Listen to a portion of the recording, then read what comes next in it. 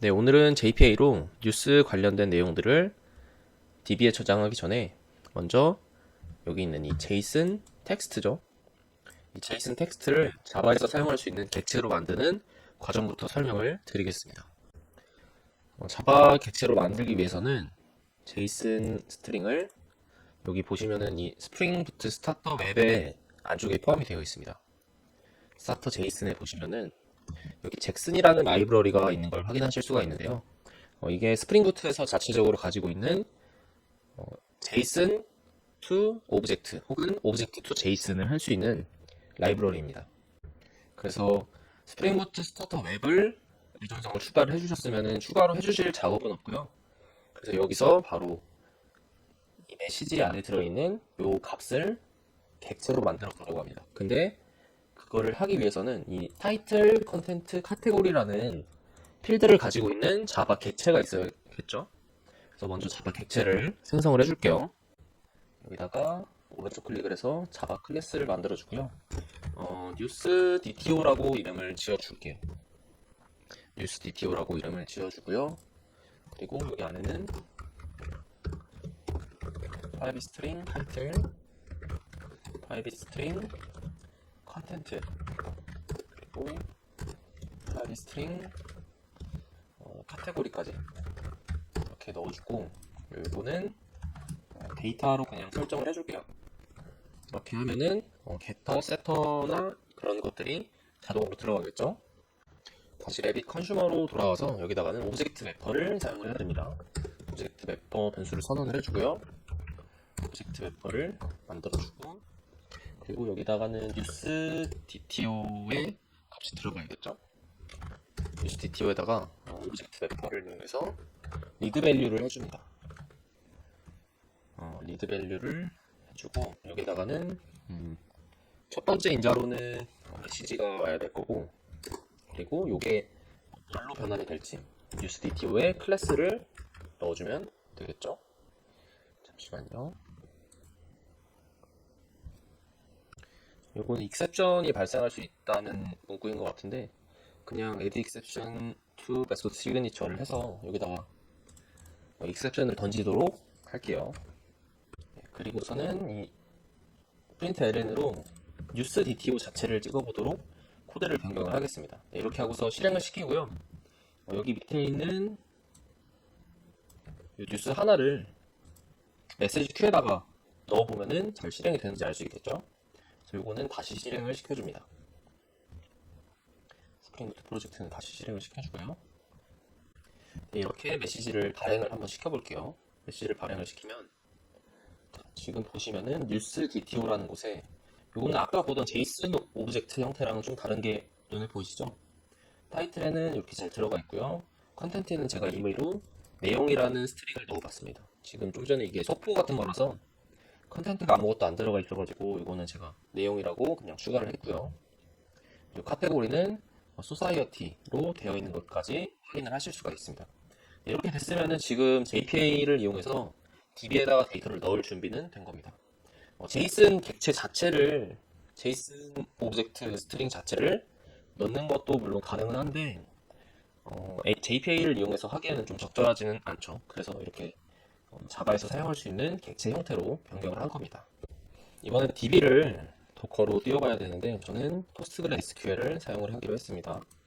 그래서 이 PostgreSQL을 도커 허브로 가서 보시면 실행시키는 명령어가 있겠죠. 쭉 내려보면 이런 명령어로 실행을 시킬 수 있을 것 같네요. 뭐 여기 비밀번호나 이런 거는 사실 제대로 서비스를 하려고 하면은 당연히 바꿔야겠지만 저는 그냥 요 비밀번호 그대로 실행을 좀 시켜주겠습니다. 파워쉘 하나 더 띄우고 여기다가 그래서 실행을 시켜볼게요. 보니까 포트가 매핑이 안 돼 있어서 이거는 지우고 포트 매핑된 걸로 다시 실행을 시키겠습니다. 지워버리고요. 네, 다른 명령어를 이용해서 추가를 했어요. P 옵션을 주고요. 5432라는 포트랑 5432 포트를 연결을 해줬습니다. 이렇게 하고 실행을 해보면 지금 잘 실행이 될 것 같네요. 보시면은 5432 포트가 잘 연결이 된 걸 확인하실 수가 있죠. 자, 그리고 데이터를 넣고 나서 확인을 해보려면은 포스트그레스QL 관련된 뭔가 모니터링 페이지가 있어야겠죠? 원래대로라면은 이 인텔리제이에 데이터 그립 기능이 있어가지고 그냥 사용을 할 수 있을 텐데 데이터 그립은 유료라서 저는 그냥 이 PG 어드민이라는 이 툴을 사용을 하겠습니다.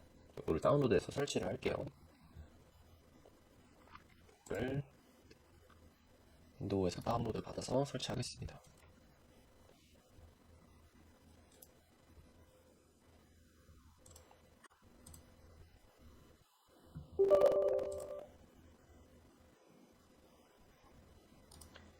설치는 그냥 쭉 해주면 되겠죠? 뭐 특별할 건 없을 것 같습니다.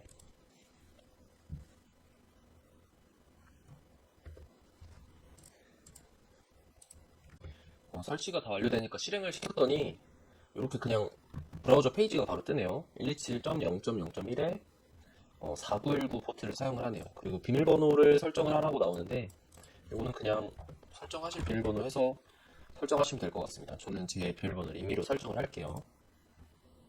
그리고 뭐 add new 서버가 있는데 여기다가는 이 호스트를 넣어주면 되겠네요. 요거는 좀 전에 저희가 입력해줬던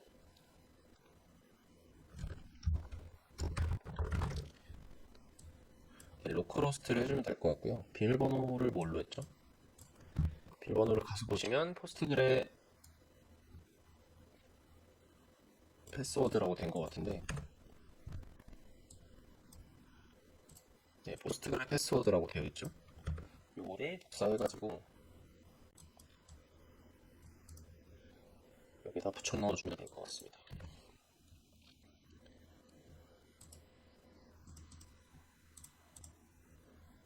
그리고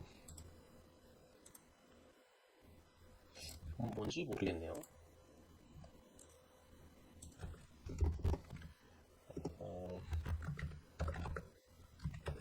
이렇게 하면 되나? 이렇게 하고 세이브를 눌러주면은 데이터베이스가 잘 추가가 된 것 같죠?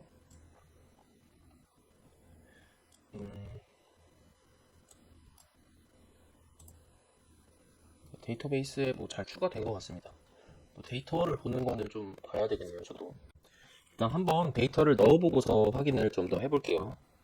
JPA 연결과 관련된 코드를 찾기 위해서 스프링부트 JPA PostgreSQL이라고 확인을 해보면 뭐 글들이 쭉 있겠죠? 여기는 내용을 가지고 코드를 사용을 하면 될 것 같습니다. 먼저 이 PostgreSQL을 추가를 해주고요. 요즘성을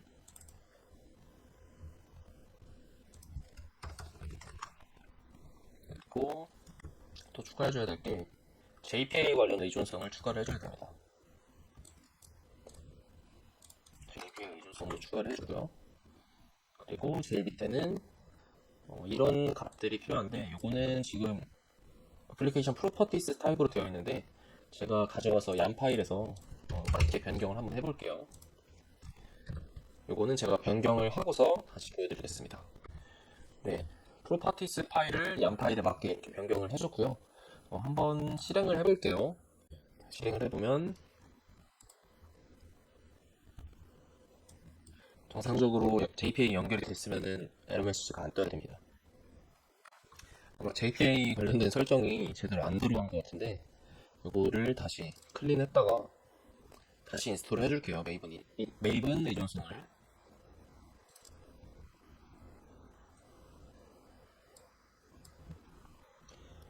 이게 저도 얼티밋 버전으로만 개발을 해서 잘 몰랐는데 커뮤니티 버전이 많이 불편하네요. 매번 이렇게 새로 고침을 해줘야지 되는 것 같습니다. 실행시키니까 이번엔 제대로 된 것 같죠? 근데 보면은 데이터베이스 퍼블릭이라는 게 존재하지 않는다고 나오는데 이거를 제가 아마 이거를 봤을 때 퍼블릭이라고 되어 있어서 퍼블릭이라고 해줬는데 이거를 없어야지 여기 없어야지 그냥 퍼블릭으로 들어가는 것 같네요. 그래서 이걸 코드를 수정을 할게요. 퍼블릭이라고 되어 있는 부분을 제거를 하면 아마 될 것 같습니다. 이번에는 별다른 에러 메시지 없이 잘 실행이 됐죠. 여기 메이븐에 있는 요 새로 고침을 다시 해주시고요. 그리고 여기 뉴스티디오 쪽으로 와서 엔티티라고 애너테이션을 하나 선언을 해줍니다. 이렇게 하고서 한번 실행을 하고 그 PG 어드민 쪽에 어떻게 변경이 되는지를 확인을 해볼게요. 시작을 하고요.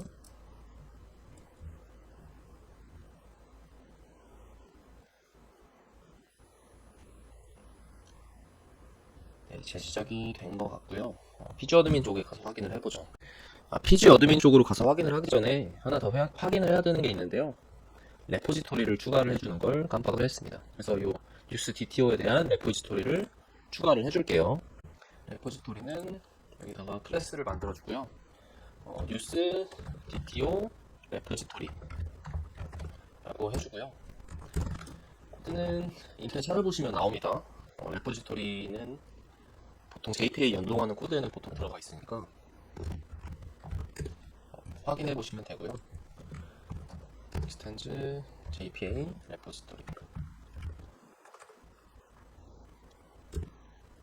그리고 USDTO 이렇게 해주고요.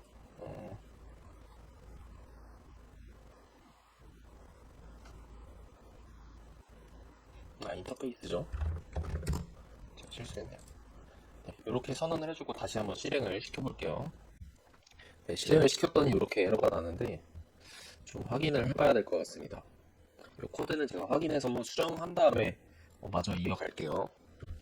네, 에러 원인은 여기 있는 아이디를 제가 안 넣어줘서 그랬던 건데 보시면 이 레퍼지토리 쪽에는 이 JPA 레퍼지토리 쪽에서 뉴스 DTO라는 거를 엔터티로 삼는데 이때 ID 값이 롱 형태로 존재를 해야 됩니다. 제가 이거를 아까 추가를 안 해줬었죠. 그래서 이거를 추가를 해줬더니 해결이 됐고요. 그리고 이 엔티티 이름으로는 뉴스라고 이름을 줬습니다. 이렇게 하고서 실행을 하니까 잘 실행은 됐습니다. 그대로 실행을 시켰더니 아이디에 지금 제대로 값이 들어가 있지 않아서 저장할 때 문제가 생긴다고 하는데 이거는 여기서 시퀀스 제너레이터를 이용해서 네임에는 뉴스 시퀀스 제너레이터라고 이름을 지어주고요. 그리고 시퀀스 네임은 뉴스 시퀀스라고 지어주고 그리고 이니셜 밸류가 있어야 되거든요. 오늘 1로 지정을 해주고요. 로케이션 사이즈는 디폴트로 50을 그냥 지정을 해줄게요. 이렇게 하고서 다시 한번 실행을 시켜보겠습니다. 그리고 실행시키기 전에 이 RabbitMQ 컨슈머 쪽에 저는 뉴스 DTO 레퍼지토리를 오토와이어드를 통해서 의존성 주입을 받았고요. 그럼 여기에는 이 뉴스 DTO 레퍼지토리에 빈이 들어가 있겠죠. 자, 그 상태에서 이걸 세이브를 호출을 했더니 좀 전과 같은 에러가 나서 제가 i를 지정을 해줬던 겁니다. 좀 잘못 지정해줬는데 이거를 테이블 쪽으로 붙여야 되고요. 이건 테이블 쪽에 붙어야 되는 설정이고 이 id 쪽에는 generated value를 넣어주시고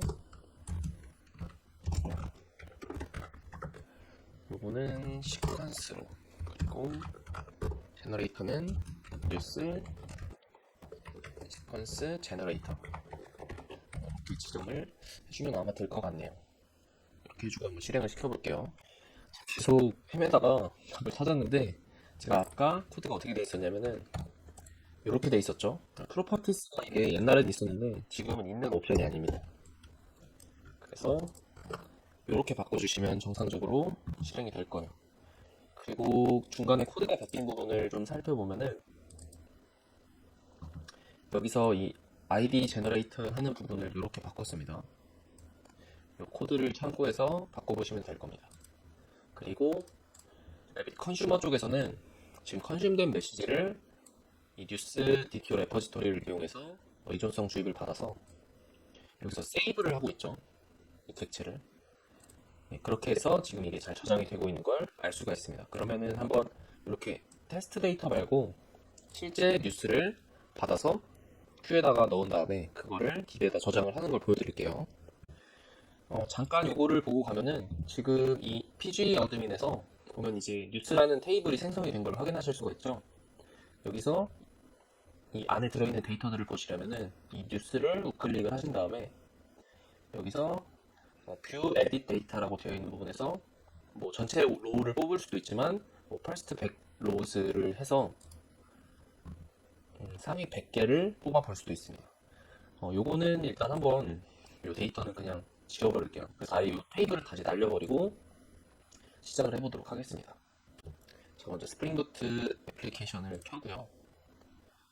자, 이제 가동이 되고 이 스크립트도 시작을 해주면은 크롤링을 하겠죠.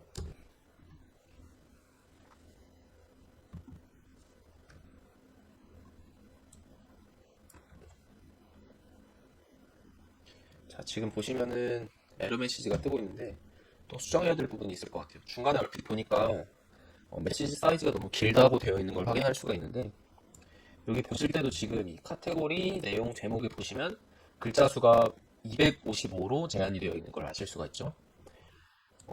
내용이랑 제목 길이를 좀 조절해 줄 필요가 있을 것 같아요. 좀 더 길게.